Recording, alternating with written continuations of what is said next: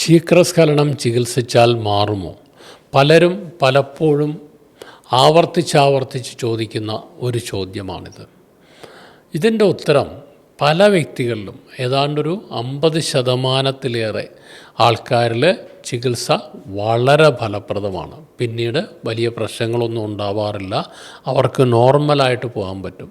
പക്ഷേ മറ്റൊരു ചെറിയ ശതമാനം ആൾക്കാർക്ക് മരുന്ന് നിർത്തിക്കഴിഞ്ഞാൽ പ്രശ്നമുണ്ടാവാം. മരുന്ന് കുറേ കാലം തുടരേണ്ടതായിട്ട് വരാറുണ്ട്. ചില വ്യക്തികൾക്ക് എപ്പോൾ മരുന്ന് നിർത്തുന്നോ അപ്പോൾ ഈ പ്രശ്നം തിരിച്ചു വരാം.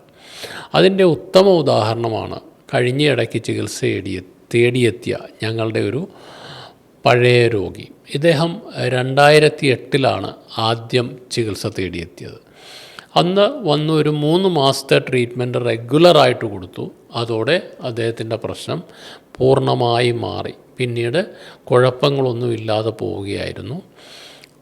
വർഷങ്ങൾക്ക് ശേഷം അദ്ദേഹത്തിൻ്റെ ഭാര്യ ക്യാൻസർ വന്ന് മരിച്ച് പിന്നൊരു 2 വർഷം വിവാഹം കഴിക്കാതെ മുന്നോട്ട് പോയി. ആ പീരീഡിൽ അദ്ദേഹത്തിന് വേറെ ലൈംഗിക ബന്ധങ്ങളൊന്നും ഉണ്ടായിരുന്നില്ല. സ്വയംഭോഗം പോലും വല്ലപ്പോഴുമായിരുന്നു. അങ്ങനെ രണ്ടാമതൊരു വിവാഹത്തിന് അദ്ദേഹം പ്ലാൻ ചെയ്തു. വീട്ടുകാരുടെയൊക്കെ നിർബന്ധ പ്രകാരം സെക്കൻഡ് മാരേജ് കഴിഞ്ഞ് ബന്ധപ്പെട്ടപ്പോഴാണ് മനസ്സിലാവുന്നത് പെട്ടെന്ന് വീണ്ടും ശുക്ലം പോകുന്നു.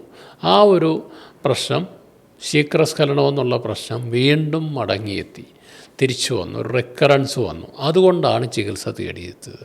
അപ്പോൾ 2008 മുതൽ ഇത്രയും വർഷങ്ങൾ, ഈ 2024 വരെ, അതിൽ 2 വർഷം മുൻപ്, 2-3 വർഷം മുമ്പാണ് ഭാര്യ മരിച്ചത്. അതുവരെയുള്ള പീരീഡിൽ ഒരു കുഴപ്പവും ഇല്ലാതെയാണ് പോയിരുന്നത്.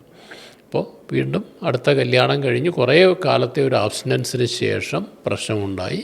അത് ഞങ്ങൾക്ക് മരുന്ന് കൊടുത്ത് പരിഹരിക്കാൻ കഴിഞ്ഞു. അങ്ങനെ പല വ്യക്തികളിലും പലതരത്തിലാണ് ഇതിനോടുള്ള റെസ്പോൺസ്. എങ്കിലും ഭൂരിഭാഗം പേർക്കും ഇതിൽ കൂടി നല്ല റിസൾട്ടാണ് കിട്ടുന്നത്. അത് ചികിത്സയിലൂടെ ഒട്ടുമിക്ക രോഗികളിലും പരിഹരിക്കാൻ കഴിയുന്നത് തന്നെയാണ്. നിങ്ങൾ ഞങ്ങൾക്ക് നൽകി വരുന്ന എല്ലാ പ്രോത്സാഹനത്തിനും നന്ദി പറയുന്നു. മറ്റൊരു വിഷയവുമായി വീണ്ടും കാണാം.